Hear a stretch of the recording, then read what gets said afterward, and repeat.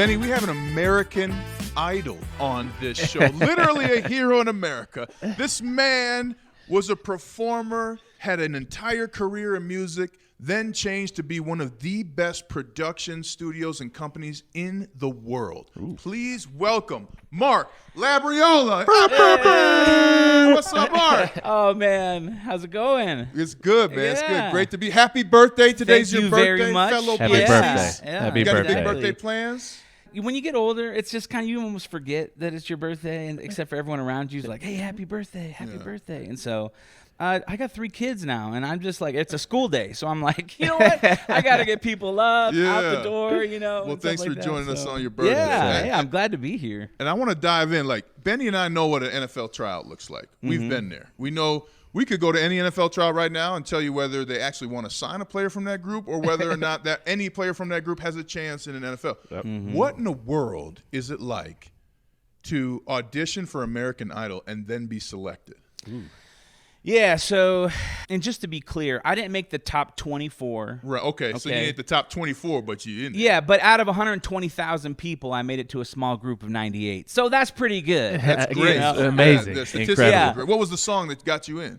So I sang a few, but there was this this 80s song called Tempted by this band called Squeeze. It was kind of an under the radar kind of hit. Can we get it was like, I bought a toothbrush, some toothpaste, a flannel for my face, pajamas, a hairbrush, new shoes, and a case. We're listening to it on the way home today. I know that. I better find. Yeah, get it on. Yeah, all right. There we go. Exactly. Yeah. You know, it's one of those things where you kind of see something on TV and you kind of have a preconceived idea of what you think it is.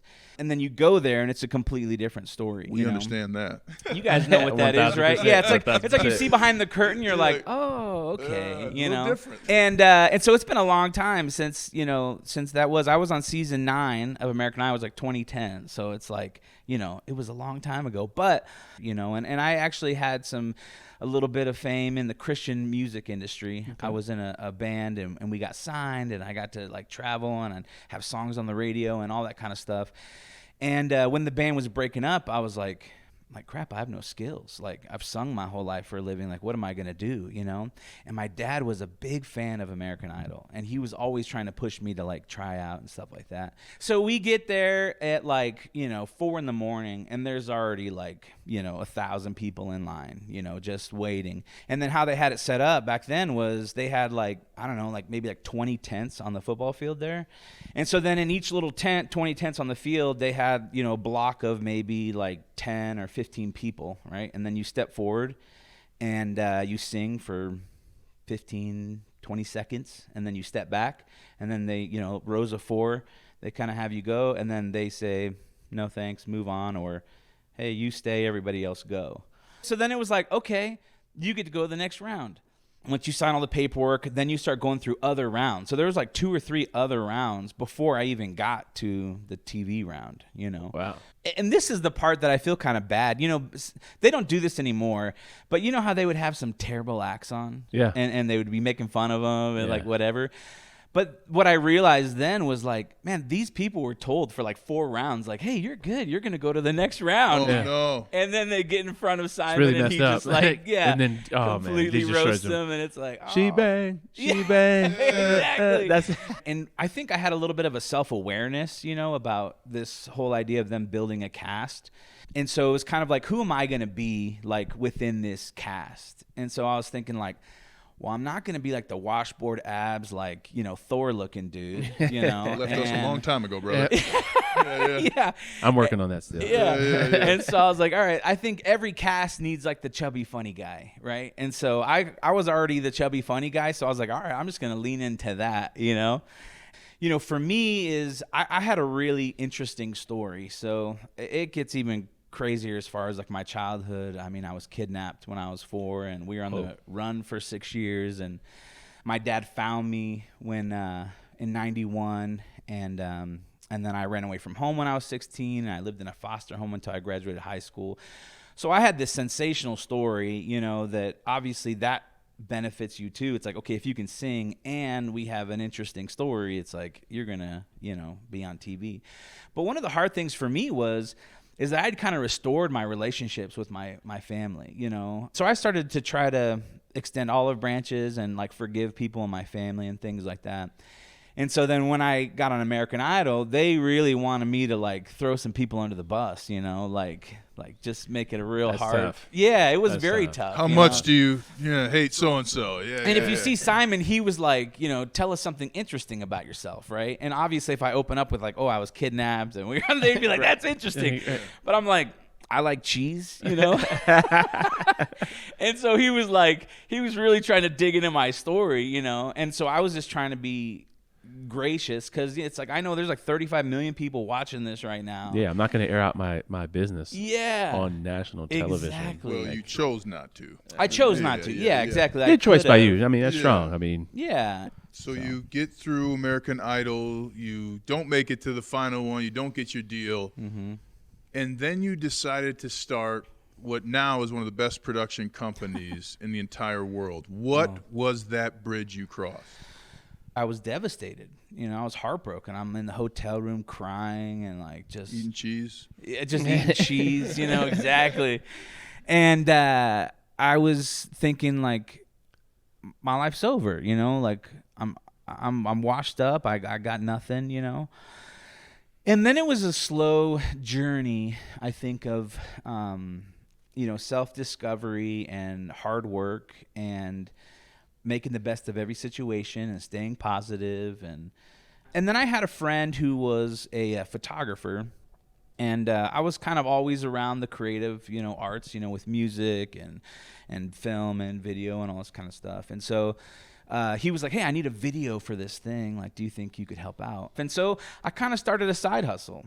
Started working for Remax at the world headquarters here in town and quickly worked my way up through the ranks there. And I became the director of creative media for a real estate tech company here in town. And I was doing that for a few years. And then they had some huge funding not come in. And so I got laid off the first week of January of double click on that. What was that like? Yeah. Well, man, I had no savings. I had no severance, and that was kind of one of those moments where it was going back to that idea of, all right, I can either go get another director job somewhere, or I have this side hustle called Brand Viva Media, and I could go all in on that. And if nothing materializes, I can just go get another job, and I can say, all right, I tried and I did my thing, Did you lean on your faith at that time?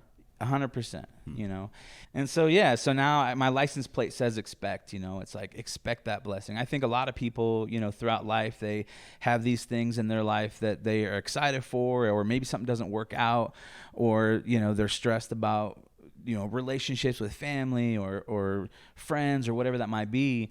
But if you think about life as a constant, rain, storms, and sunshines, and hills and valleys, it's like you need those times in your life that are hard in order to shape and mold you to be a better person. And I think we're all on a journey just to become the best versions of ourselves, I want to move now to your toolbox. Let's open up that toolbox of digital knowledge in a digital age. Yeah. What are people missing about today's day and age and the power of video and audio? I mean, I think the biggest thing is people need to get over their fear about being on camera, and they're too worried about, what they're going to say or how they're going to look. And in today's day and age, like, you have to be present online.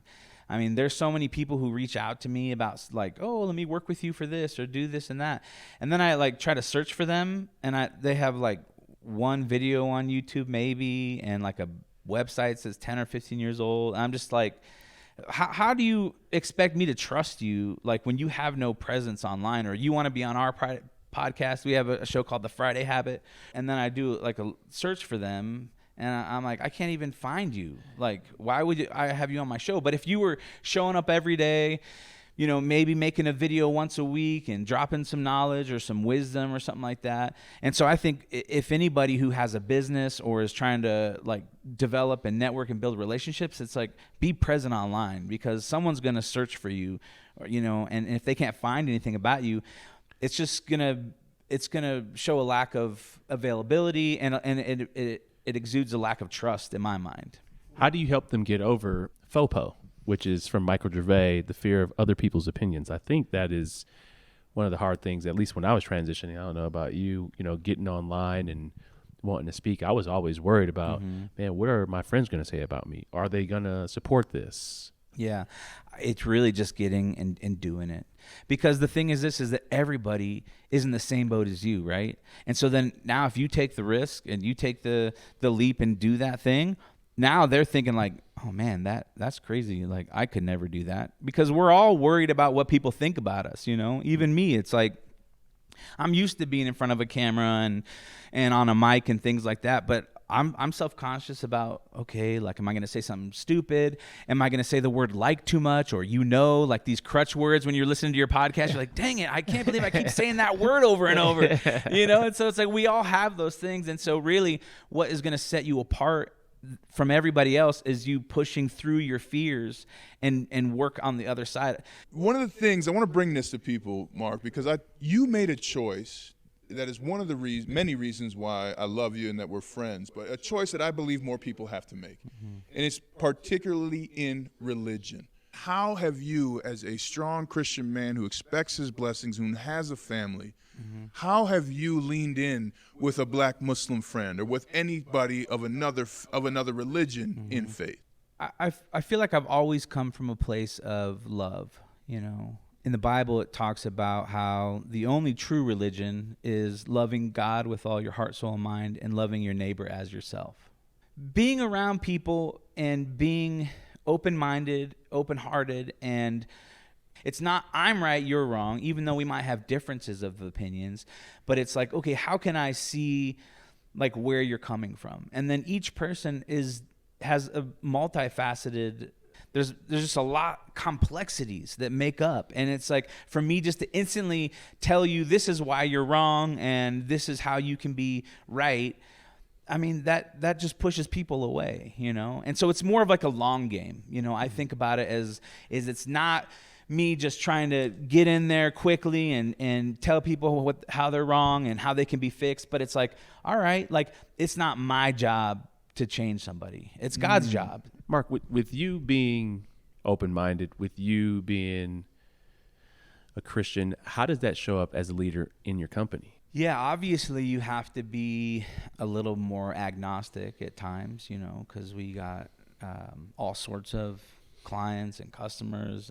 And in a company, I just, as a leader, it's like, okay, how can I be the best version of myself? Because when I'm being the best version of myself, then I can show up for my employees and I can show up and make an impact positively in my clients' lives and really kind of push into the things that I feel called to as far as just leaving this world a better place, What's your advice to aspiring singers, not just in terms of the craft and the business, but to have that wider view of you can be a singer and a business owner. You can love to sing, and that may not be the only route for you to success and to the blessings God has for you. Pursue your dreams. Give it all you got, and if things don't work out the way that you think, start focusing on the things that matter. I tried to make it on American Idol, and I made it so close. But I didn't make the top 24 and was on the weekly show. But I can look back and say, yeah, I did. I gave it all I got, and I can have peace with that. And then now it's like I can look at my family and just be like, man, I'm growing up the next generation, and I'm being able to speak truth into these young people's lives who then can go make an impact in other people's lives. That's a legacy. Absolutely. And so I think, if you get those things, if you get the fame and the fortune, and we see this, right? So many people committing suicide or just it's like they're hopeless, and it's like, man, all this fame and fortune, I think without God and without like a good family is worthless, And so it's like, how can I focus on these things, and then all those other things will come. In the Bible it says, seek first the kingdom of God, and then all these things will be added unto you, And so I don't know. That's my advice. That's a great way to end, man. Beautiful perspective. Thank you. Mark Labiola, Brand Viva CEO and founder and former American Idol contestant. Thank you so much, brother, and happy birthday. Yeah, thank Happy you so birthday, much. bro. I appreciate it. It was awesome being here. So. Awesome.